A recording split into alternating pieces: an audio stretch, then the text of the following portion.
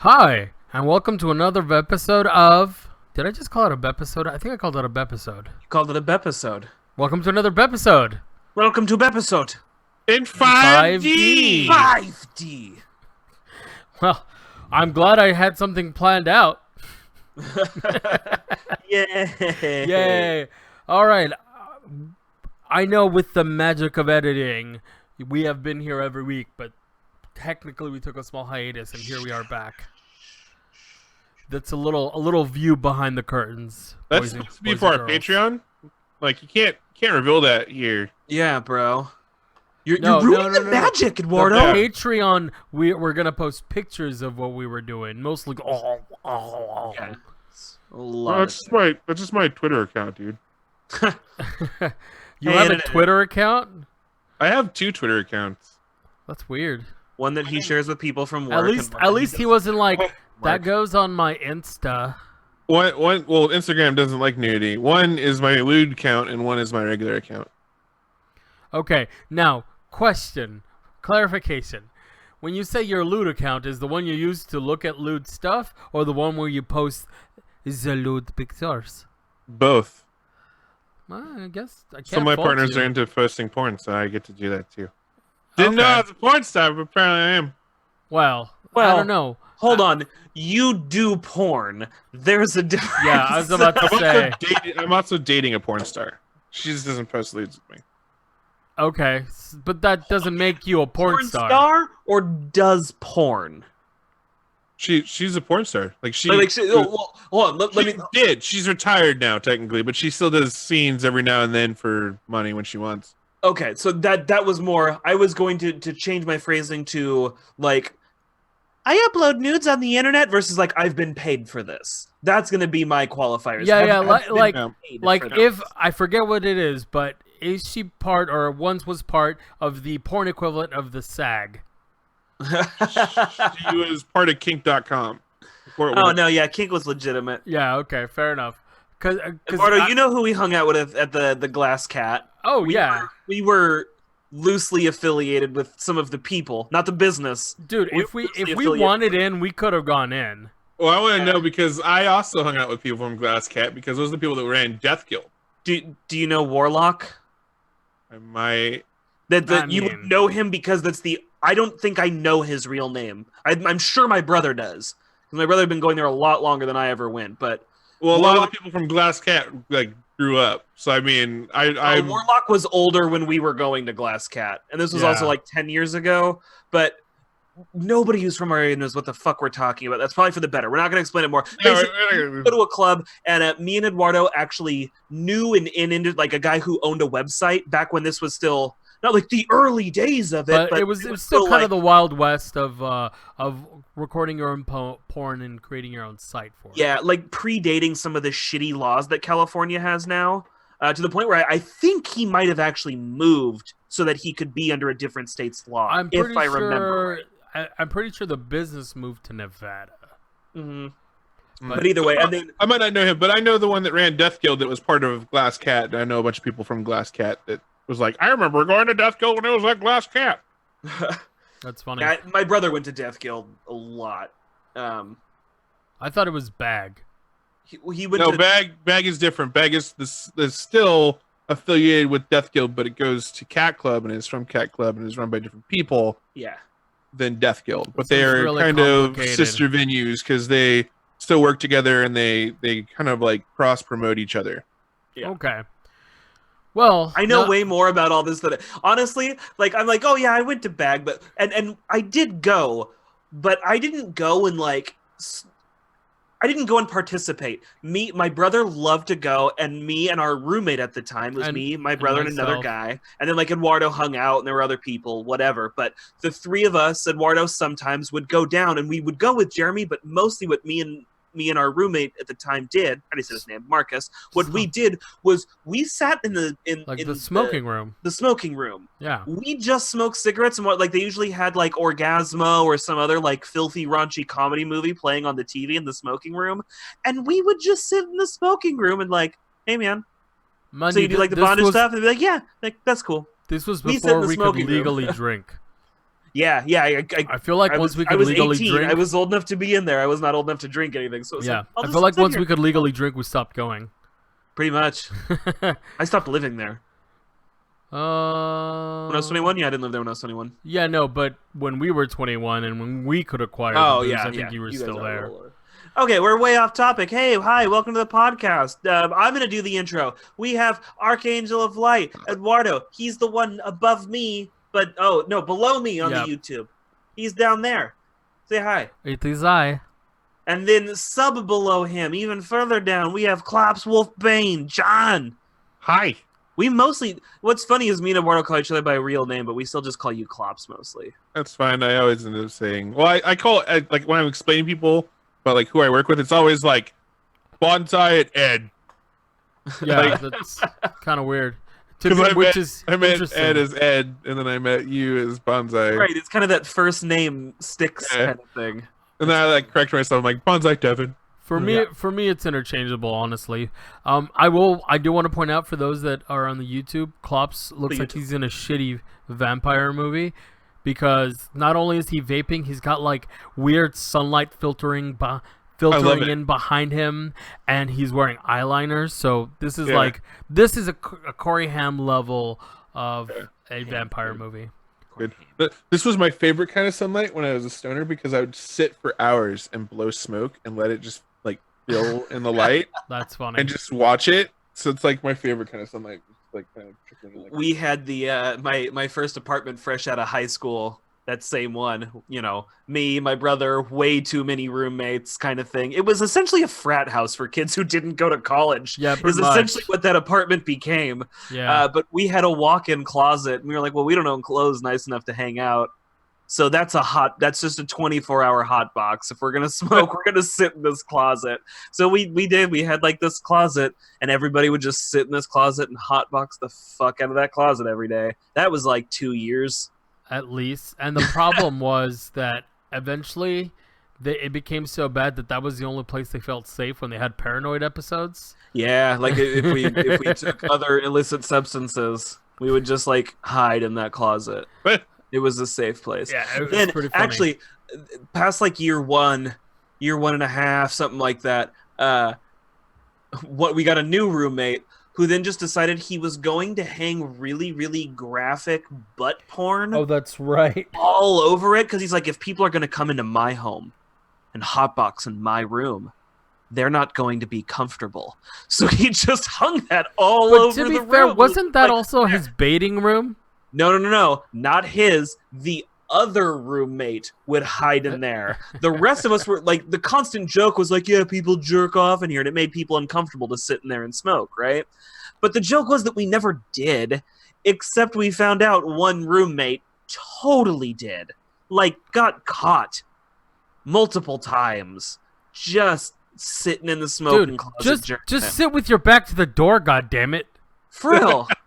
Okay, so what point of clarification? This was before I started partaking in the marijuana. Yeah, so what's funny is now, like, this, he smokes way more than I do at this point. Actually, edibles, but yeah. But whatever, like, he partakes infinitely more than I do at this point. On the weekend only, really. But while they were in there, I was out in the living room because this was the only time I can get fucking video games in, because I didn't own consoles at the time, and I could get my gaming in while y'all were getting high as fuck. And when you came back, nobody minded that I was playing video games. Y'all just watched. He was like the only guy there were people who lived there who didn't have house keys. He didn't live there and had a house key, because we were like, no, he doesn't do drugs. He's legit.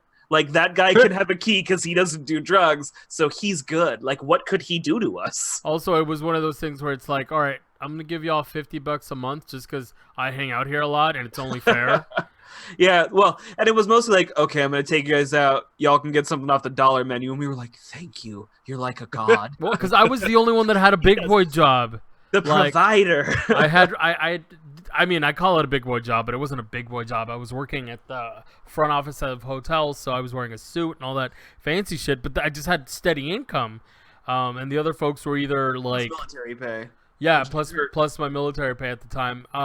Yeah, no, it was a good time. I mean, I can only sort of complain about little things, but yeah. Right, like, I regret zero of that. Yeah, You know, no. it's who I was. It's not who I am. I feel like I regret more things that I saw in that place versus things that I did.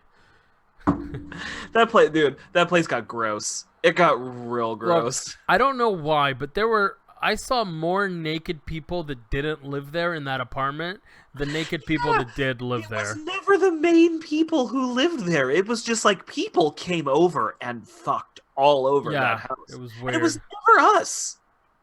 I can say I never once had sex in that apartment. I can't say that. No, wow, you live there. Makes sense. All right, so... There were people who live there who can't say that. Yeah, well, with themselves. Oh.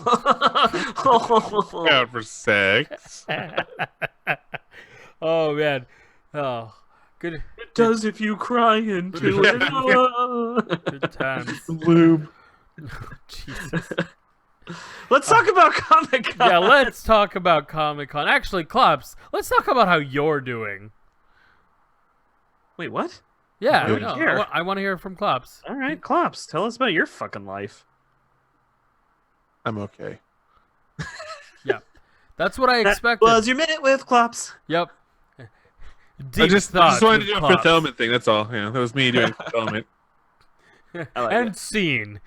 Thank you for not doing Chris Tucker Fifth Element. It's actually a tough monologue. I tried to do it once. He talks really fast. Does. All right, Comic-Con. Comic-Con. All right, so you're the one who controls the slides. What do you got first, man? Actually, I wanted to talk about a couple of the panels that I went to. Ooh. And to be fair, I only made it to like 3 or 4 panels this go around. Oh, you made it to panel. We both made it to panels together. You made it to 3 or 4 without me. Correct. And I just by that I also mean like I didn't really go out to do many panels this year because all of the stuff that I would want to watch was in Hall H, and fuck that. Yeah. And everything else was just like, eh.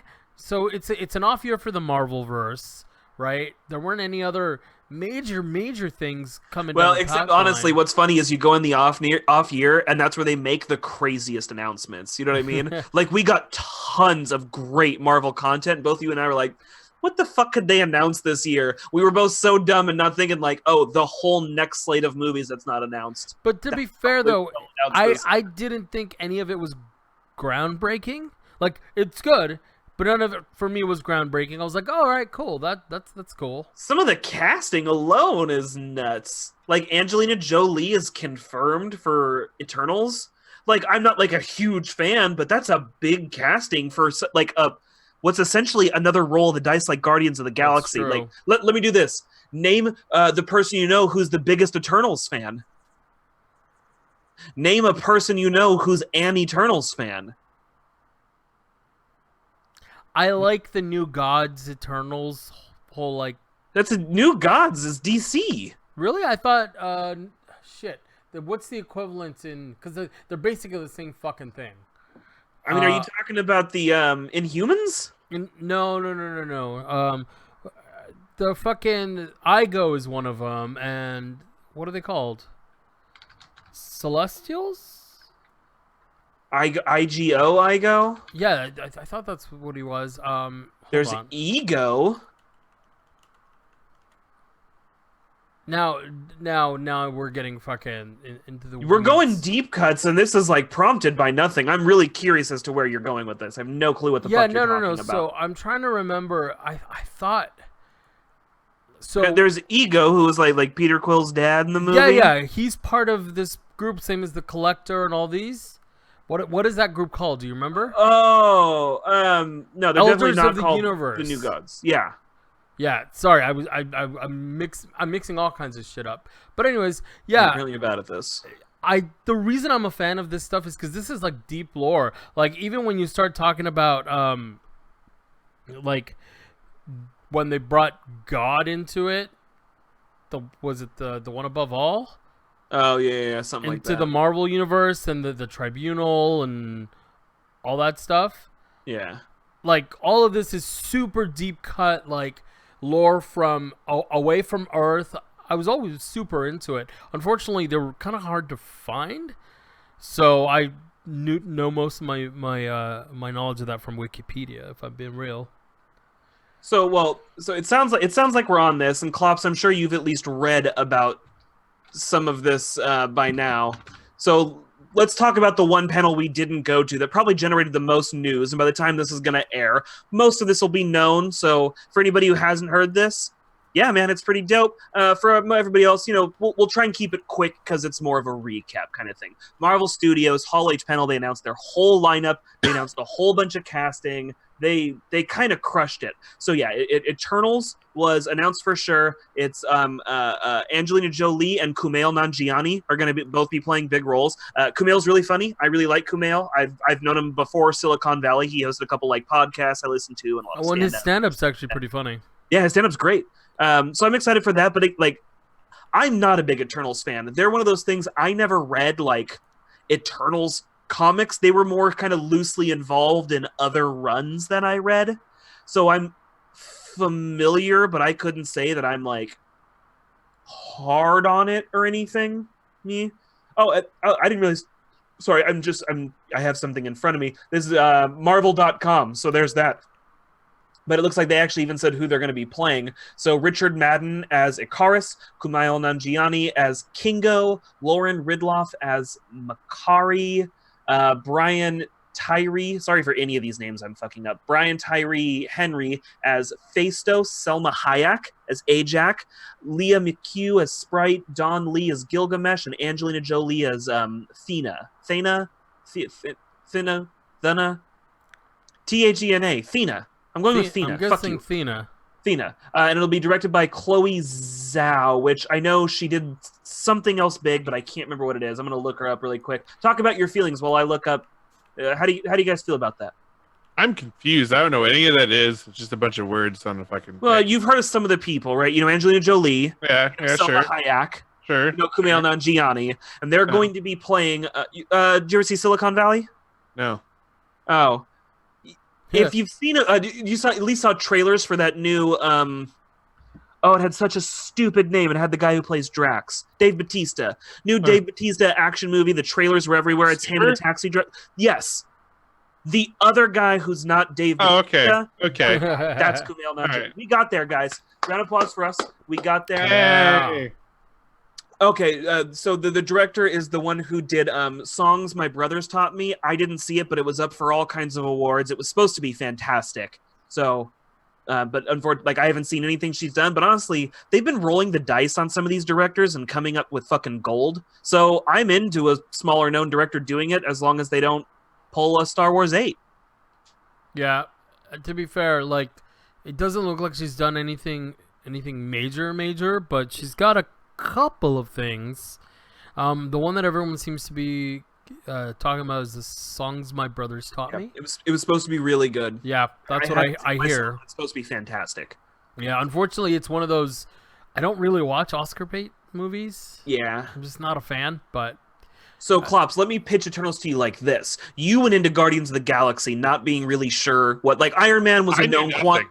So Iron Man was a known quantity for you. Thor was a known quantity. You went into you were familiar with the character. You knew what it was. I saw Iron Man 1 when Iron Man 3 came out. I didn't watch any of the Thor movies because it. You're missing my point though. I more mean by the time you saw those movies, it was a character that you at least knew something about. You were familiar with the idea of Iron Man and Thor. Yeah, sure. But when you went into Guardians of the Galaxy, it was new and it was fresh, and so it got to hit you as this hey man, here's this other stuff Marvel does. It can be its own thing. You didn't have anything to compare it to, and I feel like that probably helped that movie, right? Right, sure. Eternals, take it like that. It's another one of these kind of, hey, we couldn't use mutants for a long time, so what can we start cooking up kind of movies. So it's a group that's legit, has been in there, and is important to the Marvel Universe, but isn't as well known, isn't as popular, that they're going to throw out into the mainstream and try something new with.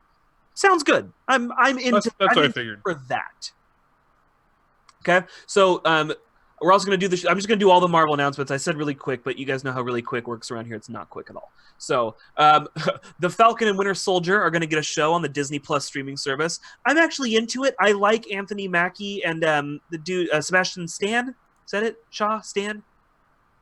Sebastian, guy who plays Winter Soldier. I actually really like them, and I feel like maybe they didn't get a whole lot of dynamic together in the movies, so it'll be cool to kind of see them working a little closer together and interacting more.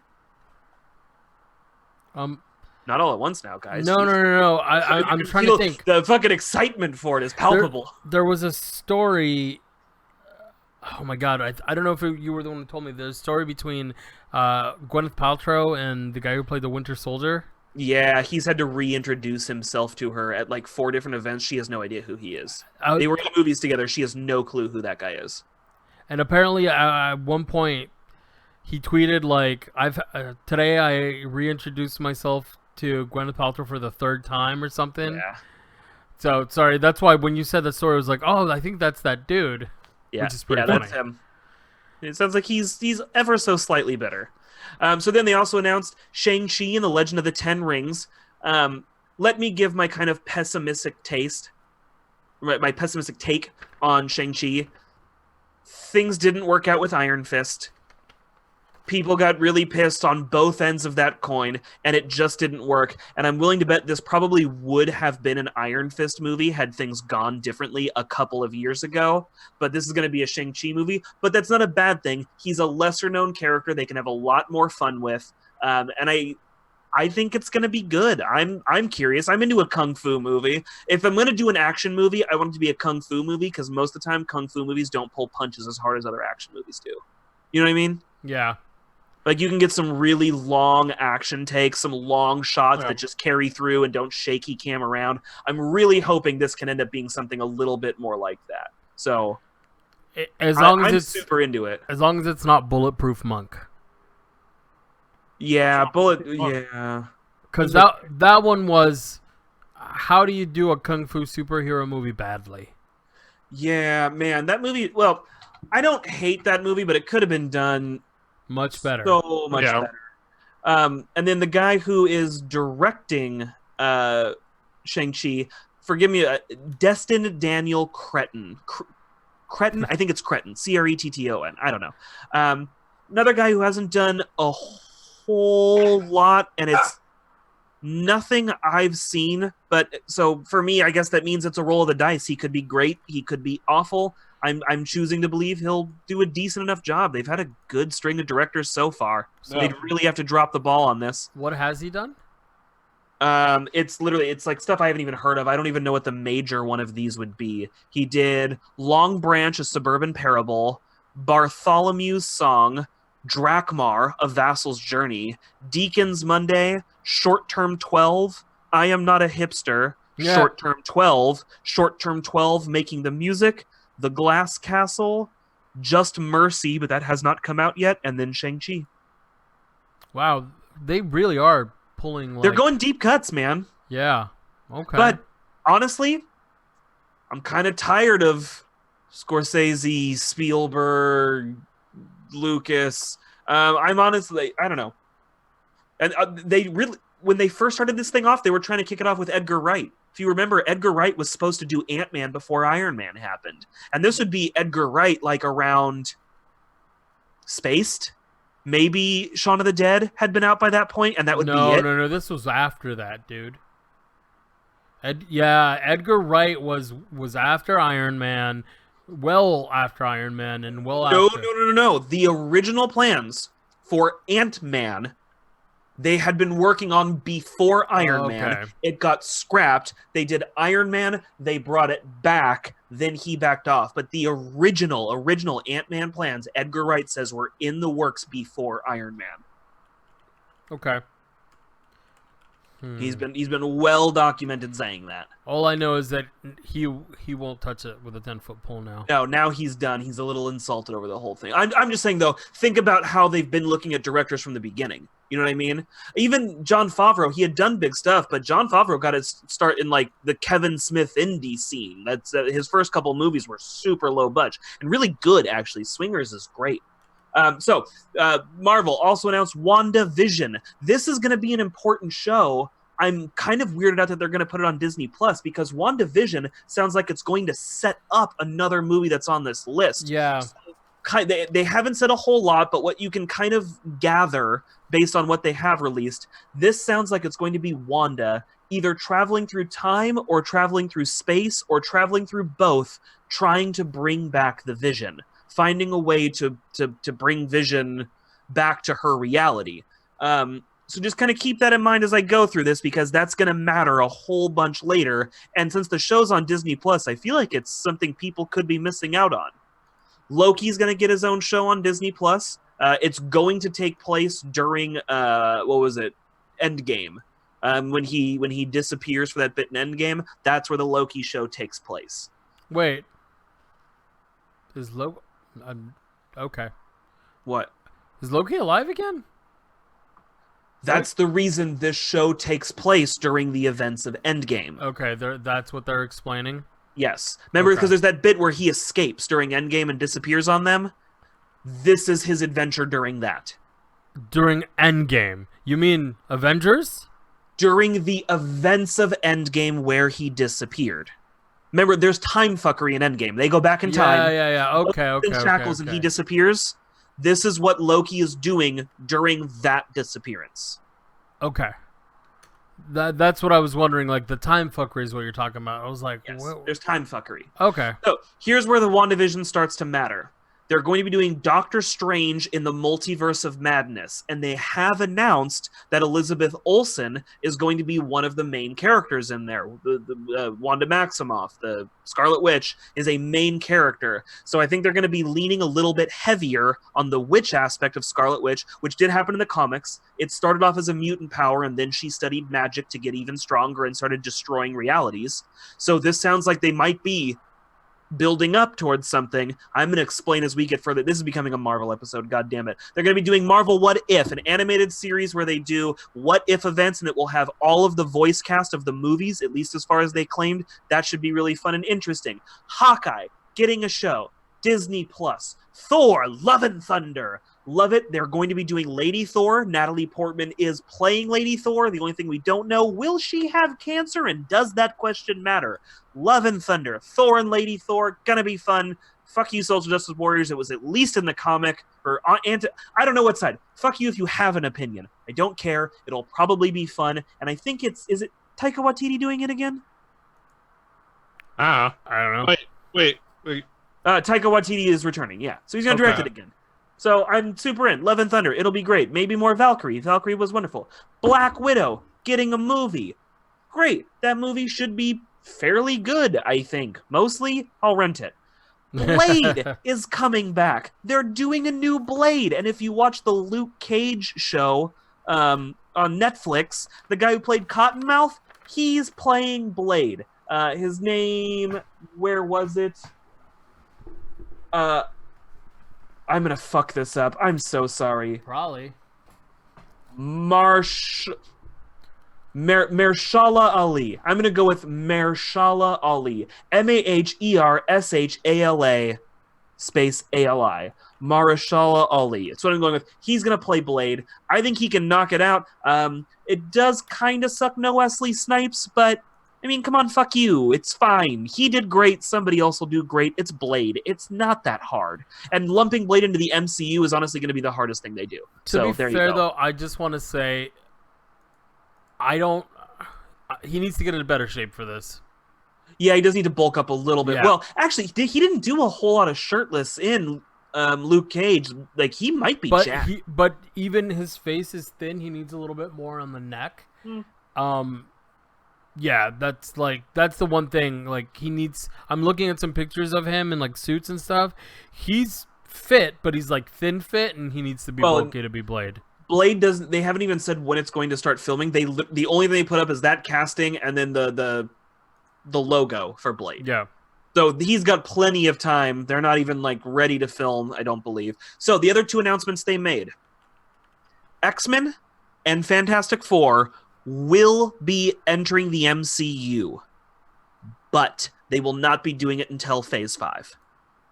Oh. So Phase 4 is going into production. That's what they're going to start filming. So you've probably got another 5-ish years before those movies are really getting started. But that means they're starting to work on it now. So the events of what they're doing now can end or build up in what's going to be Phase 5. Here's my theory, just to keep it short, because we're just at that half-hour mark, and we still got a whole bunch more to talk about.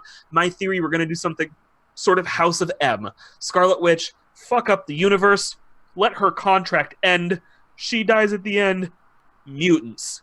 Done, happy, moving on. I don't care about your opinion because we're out of time. Eduardo, you saw panels. Tell me about panels of the con. I saw the Adult Swim panels. Not all of them. I saw the two major ones and then one that I sat through to get to the other ones. Because if nobody knows, with Comic-Con, you don't line up for the panel you want to see. You line up for 2 panels before it, at Stop least. giving that away. So actually what I ended up watching was whoops, not that one. There we go. So for the Adult Swim, generally speaking, it was a fun panel. I thought it was really weird that they had it on Saturday morning, or it is a little weird. They used to be an afternoon one. Exactly. And there were like kids there, and knowing the Adult Swim crew, it was hilarious. A lot of times, like the kids, they'd be like, "Oh, I'm sorry, shit. I mean, fuck, ah." It was pretty entertaining. So I was sitting through the Rick and Morty panel, and Dan Harmon was there. Justin Roiland was there, and actually, the whole cast was there. And they were being silly and doing voices, and my favorite part of that panel was Dan Harmon comes on, and they start asking questions, and they ask him, how he gives direction to the voice actors, and he goes, okay, well, what I do is when I'm writing or when I'm in the studio, I'm thinking, how would good God, I'm blanking on the name, but how would not Beth, Jesus, the sister, Summer, how would Summer say this? And then it was Dan Harmon, like, doing a Summer voice, and like full bearded dude, right? It was hilarious. And then so the actress that voice acts Summer she goes, yeah, and then I take that and then I put it in the Summer voice, and he goes, no, more like this. And he's kind of doing the same thing. So we just kind of work together. A moment from that panel that was also pretty hilarious. They had like full-blown cosplayers to the point where it was obnoxious. They were in mascot type costumes, like full, you know what I mean, like versus just cosplaying and you put a little paint on your face. Like these were full like cardboard and giant heads. Like it was them, and it was all of the Avenger equivalent for Rick and Morty. Okay. Like they had the Ghost Train and Pile of Ants or Ghost 1,000 Train was Ants. dope. So they were all dressed up, and it was a whole crew. But they kept messing with the people that were ahead in line. So the camera would pan to the person asking a question, and then you'd have like the Rick in the Morning in the background just being like, making fucking people laugh and shit. And Dan Harmon at one point he goes, just don't mess with people asking questions. Like, come on. And that's cool of him. Well done. This guy comes up, and he's got a jacket that has something like over 200 buttons on it, and he jingles when he walks. So like they had to ask him about it, like, how long have you been doing it? And he goes, 10 years. And at one point he goes, you want to see it up close? But Dan Harmon goes, wait, did you just ask me if I want to see your balls? And Justin goes, yes, we'd like to see your balls. So it was, all in all, it was pretty entertaining. And they talked about the upcoming season, season 4, and they also, I thought was really interesting, they talked about that they're going to be able to do these seasons faster and a lot, more often, because they figured out the contractual issues that they were having before. So it sounds like they got some sort of ongoing contract that will allow them to do it more. And when pressed to ask like what he meant by that, and he goes, well, there was a group on the network side that was thinking that we like doing this so much, we would budge. And we were thinking that we'd like to do this for a living, so we're totally willing not to do this and go do something else for a living. And eventually we came to an understanding. And so he came off as like, he was a little mad that it took long and that they didn't take him seriously, but he was totally okay with it and didn't want to shit on the network. And he openly admitted, he goes, look, it wasn't just the fact that they were holding out on us or we're at a stalemate. There were a lot of changes and mergers on the side of the network as well. So this wasn't like one group of people who are at fault. It's just everything seemed to like fall at the wrong time. But anyways, that was a Rick and Morty panel. That's what held up Infinity Train. Yeah. I mean, seriously. Yeah, and aren't they just not doing that now? No, Infinity Train is happening now, finally. Oh, for realsies? Yeah. That's good. So that was fun. Justin, of course, did the voices, and I feel like he's got some sort of ADD, or he just can't sit still because he was randomly shooting off with the both the Rick and Morty voice while the other voice actors were trying to answer questions and things. So that was nice. I mean, it was funny. And then so I'm doing a sandwich when I'm talking about this. This is the new show that they're doing for Adult Swim, and wait, but it says Fox at the top. What's the show called? It's called Bless the Hearts. Oh, why does it say Fox? That's right. This is Fox. I apologize. I'm doing a sandwich of things I already enjoy and a thing that was new. So this is the new thing. This was the first panel of the morning. They put it before the Adult Swim stuff. Sorry.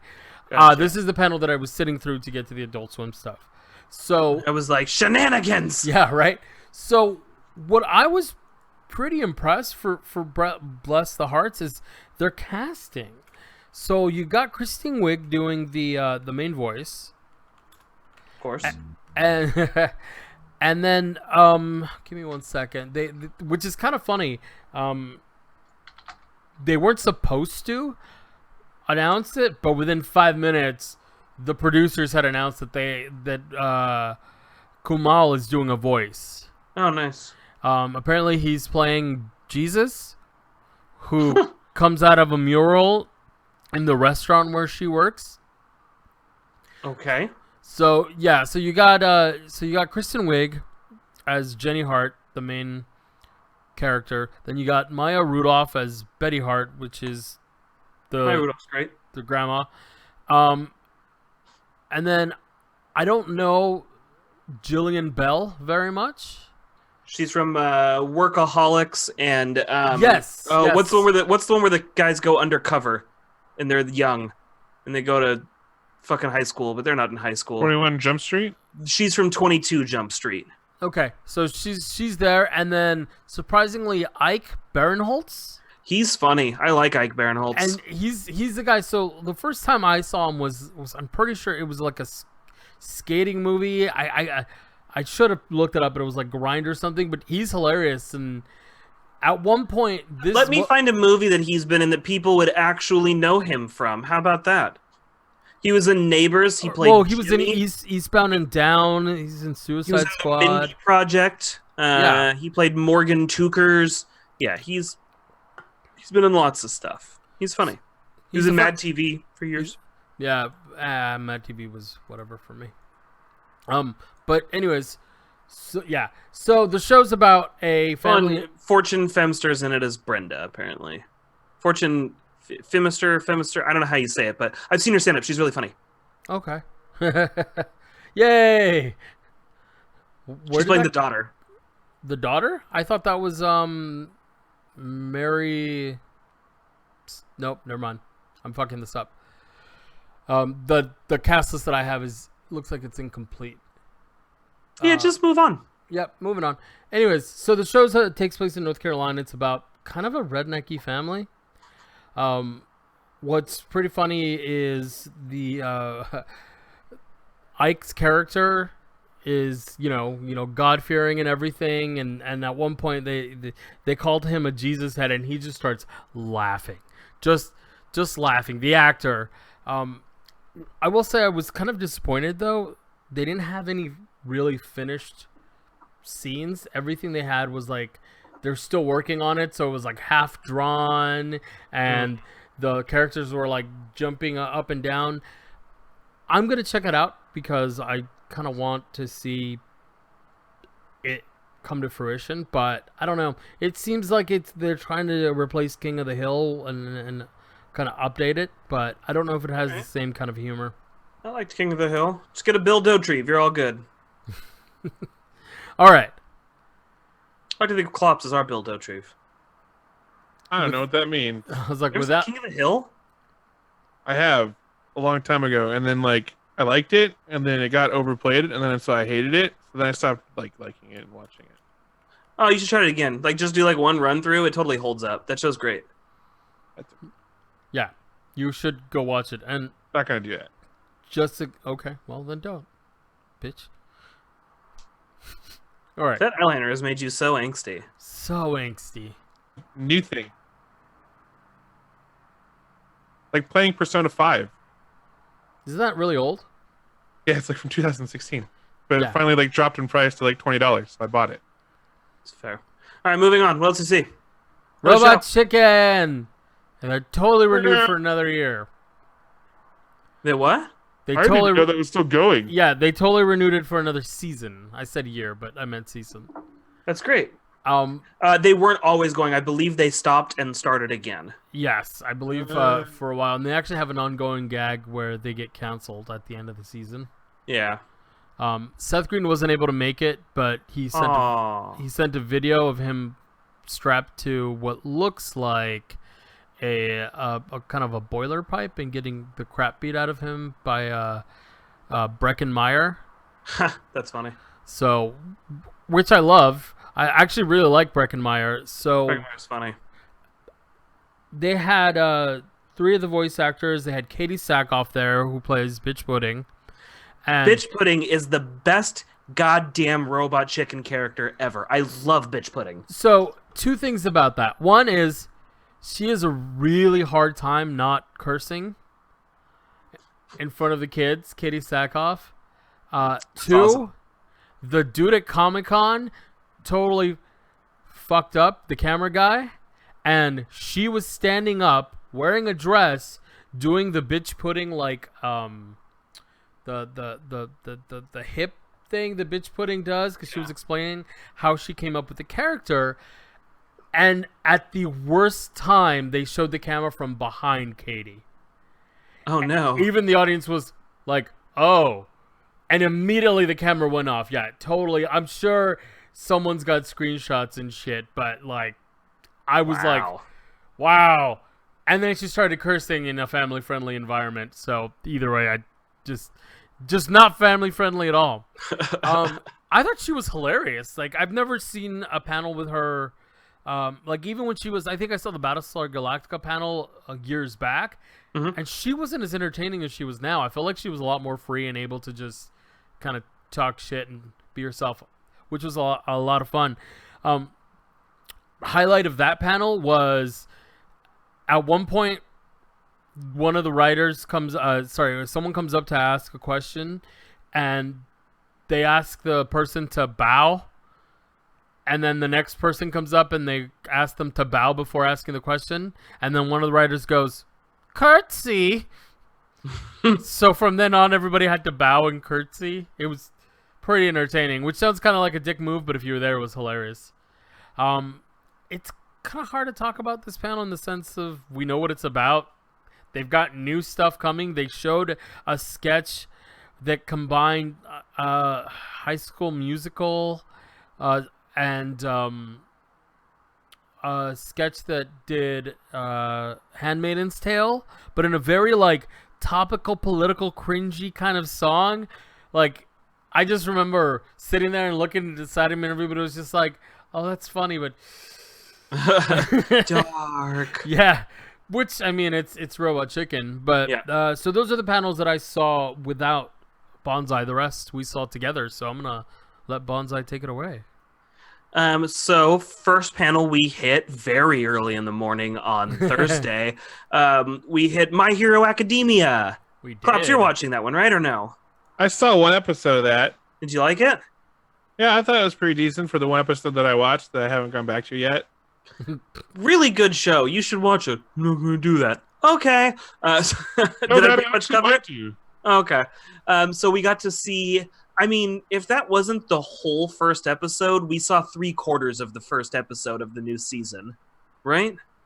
No, not at all. We saw like 5 minutes at the most. Yeah, but with anime, once you remove the intro and the outro, you're really not left with that much show left. It was... Well, yeah, that's fucking anime. But no, it was literally like...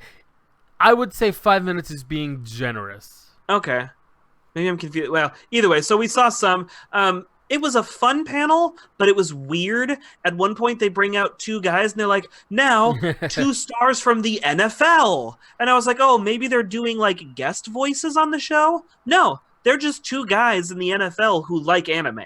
Yeah. So they were just up there to be like, look how legitimate anime is. Sports ballers like it. And I was like, this is kind of insulting that you're like, hey, you know that thing that a lot of people who beat you up are into? Well, those guys like some of the stuff that you're into.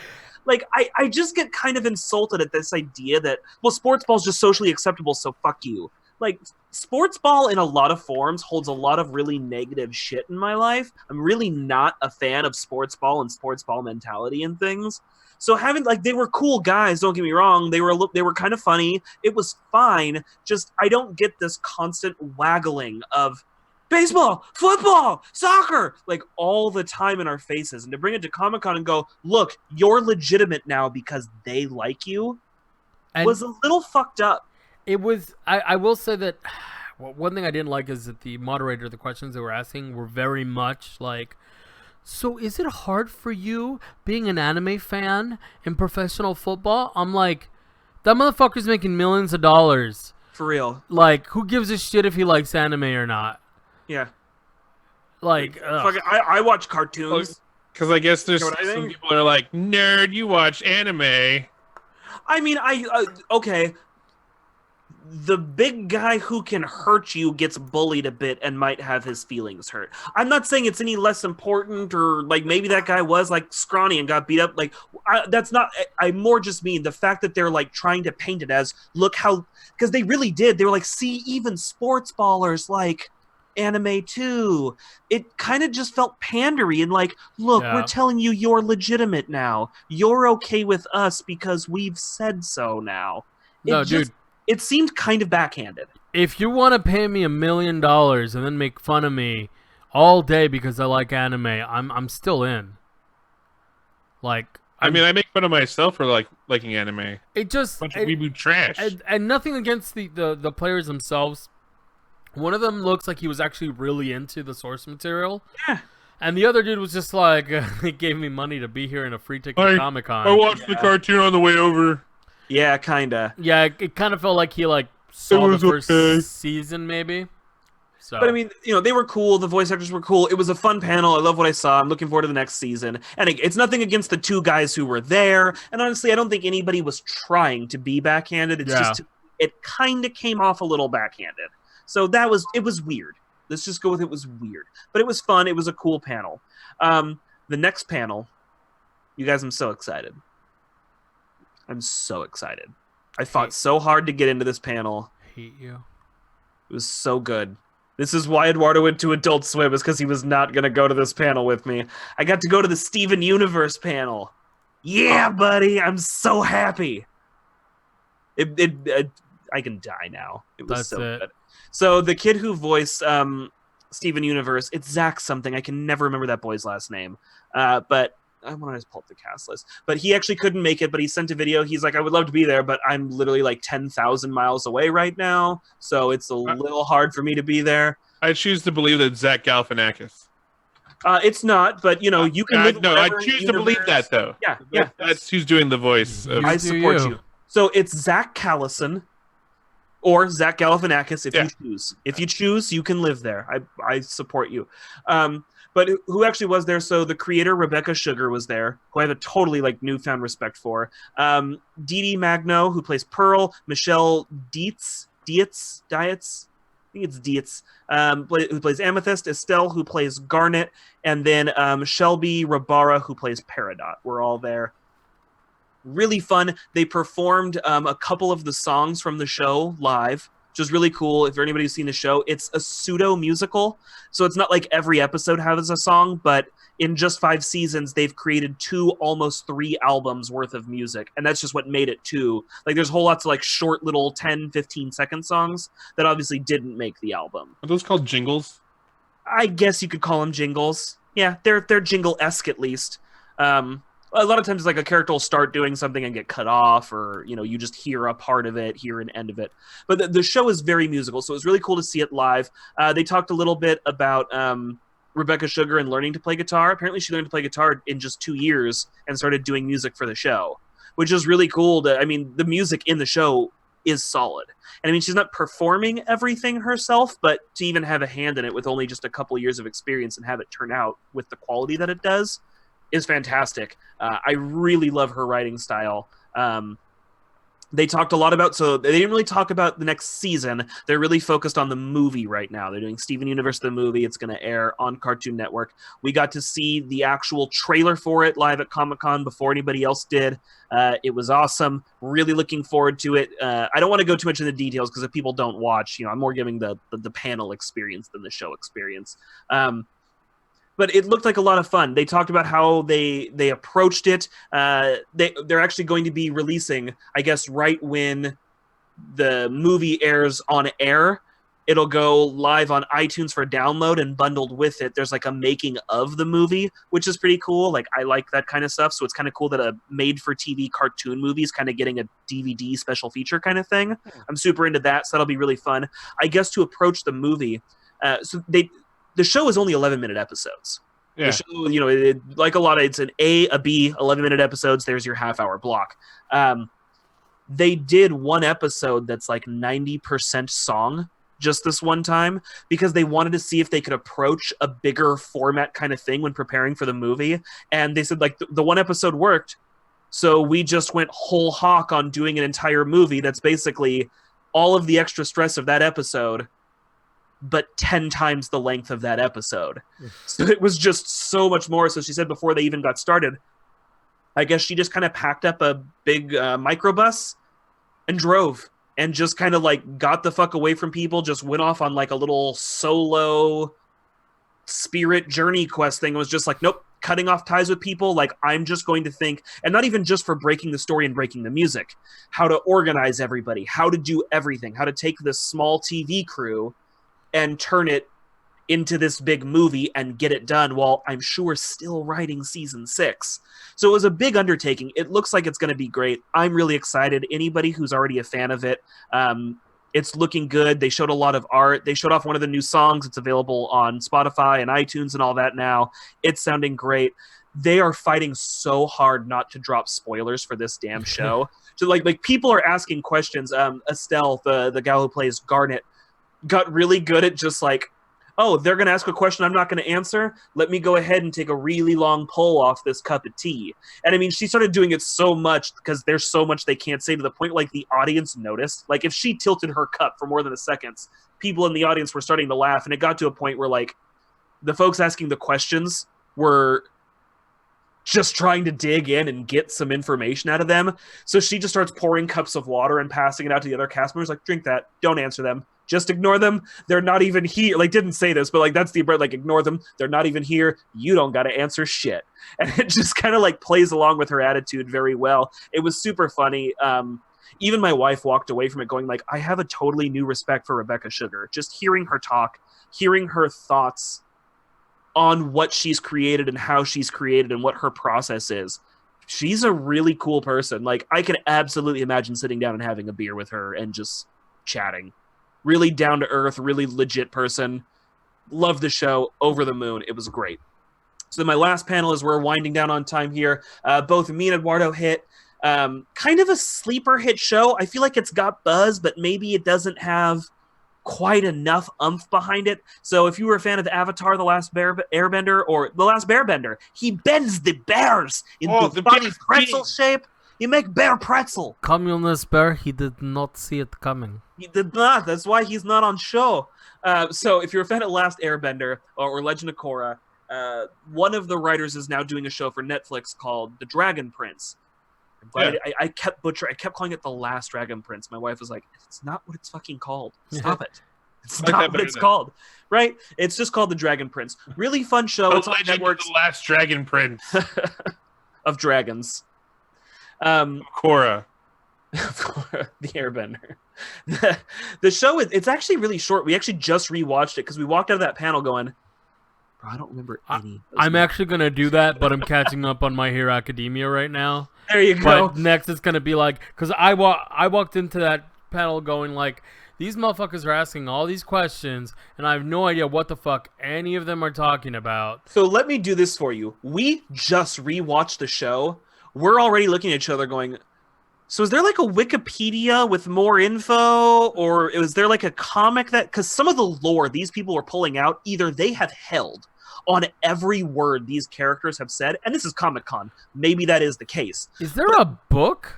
Maybe, because remember they announced the books when we were there, so there's definitely no book yet. That was one of the announcements. They're making books for it, which I'm excited for, because apparently there's a whole bunch of lore that I don't fucking understand yet. But like these fans were asking questions like, there was a reference to this ancient architect who went to this city and had that, and I'm like, there was?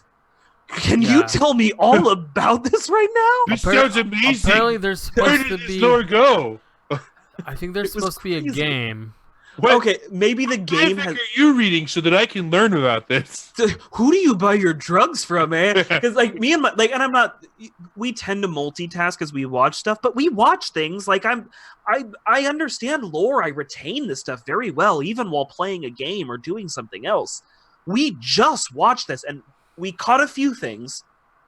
And then everything else, I was like, I have no idea what they're talking about at all. I was the same fucking way. And I thought it was like, dude, I haven't seen this in a while. Like, I need to rewatch this. But they're like, we just saw it. And like, oh, I have no fucking clue what's going on. Maybe you will. Maybe like, no, they reference it like this one time. And maybe I just missed the line. But no, bro, I fucking nothing. Like, I'm no closer. Really cool panel. The voice actors are super funny. For anybody who like has a weird knowledge of old Nickelodeon television like I do, it was the second or third cast on All That, but Jack DeSena, who was on All That. That's what I fucking know him from. He was also Sokka on Last Airbender. He's voicing one of the main characters in this. Like, I guess the main character, Callum, is him. Fun show, man. I really I liked it just as much the second time around. I did catch some more stuff. Again, I was still totally lost at that panel, but if you didn't go to that panel, don't worry, you won't be lost. The show's great. It sounds like they're really having to fight to finish out what they want to do, though. So they're going to get a third season, I think. But they're really fighting for 7. They're like, we can finish the show if we do 7 seasons. What we have planned, the story we want to tell, ends in 7 seasons. And they're 9-episode seasons. So they need the viewership. They need the fans. They need people to like write in. It really seemed like where me and Eduardo were sitting, right next to us was like some social media influencer blogger type people, and the creator of the show actually came down before the show and was like, hey man, we really want to they had like reserved seats. They're like, we really want to thank you for being here. You know, anything you guys can say, please live stream the whole panel. Anything you want, anything you need, we'll sign stuff for you. We'll do whatever. So they really seem like maybe Netflix is already talking about 3 seasons and they're done, which has kind of been Netflix's thing. Like, if you're not going to be a smash hit, 3 seasons, thank you very much, have a nice day. Which isn't a bad run, but they're really fighting to get 7 seasons done. So if you haven't seen the show, definitely give it a shot. And if you like it, send something out to Netflix and tell them, hey man, we're interested in this. The upside, it sounds like they have a book deal going. So hopefully if maybe the show doesn't work out, they can finish everything up in books and in comics, which would be cool. But I mean, I think what we really want is to see the show get finished. All right. And I think Klopp's thoughts on a show that you've seen part of? yeah. I've seen actually all the first season of that. I don't know if there's a second season or not. Oh yeah, second season's up. Yep. It's I good. watched the second season. I watched the first season. It was pretty good. It was enjoyable. I just haven't gone back for the second season yet. Easy. 9 episodes. 9 half-hour episodes. Yeah, so no, that's not hard to do. I probably won't ever finish it if it ever goes to book form and they don't get to finish the show. So. I'm you dyslexic. I don't read quick. I don't read often. So for me, like maybe someday, but unfortunately, I will also probably never finish it if it doesn't do it in the show. Yeah. All right. I think that kind of rounds us off for the Comic-Con stuff. Wait, I did the intro. I want Klops to do the outro this time. You didn't do the intro. Eduardo did the intro. Well, no, but like the introductions, I said. Oh yeah. Well, I We're guess mixing it up. You can follow us on social medias, whichever those are. We also broadcast our podcast on the 5D website as well as iTunes and Podbean. We also have a secondary show called The Bias Bros that gets on there. I think it's like every other week that's put up. Alternating Thursdays. Okay, alternating Thursdays. So yeah, every other week. Yep. Feel free to also listen in on that one. I have never. And then we also play games on Tuesday sometimes when we feel like it on our twitch.metagamenetwork.com. And final words, Ark. I'll be If you say gaming anything other than tomorrow. YouTube, wrong. Final words, Devin. YouTubes. There we go. Say good night, everybody. YouTubes. YouTubes. I'll stream tomorrow. YouTubes.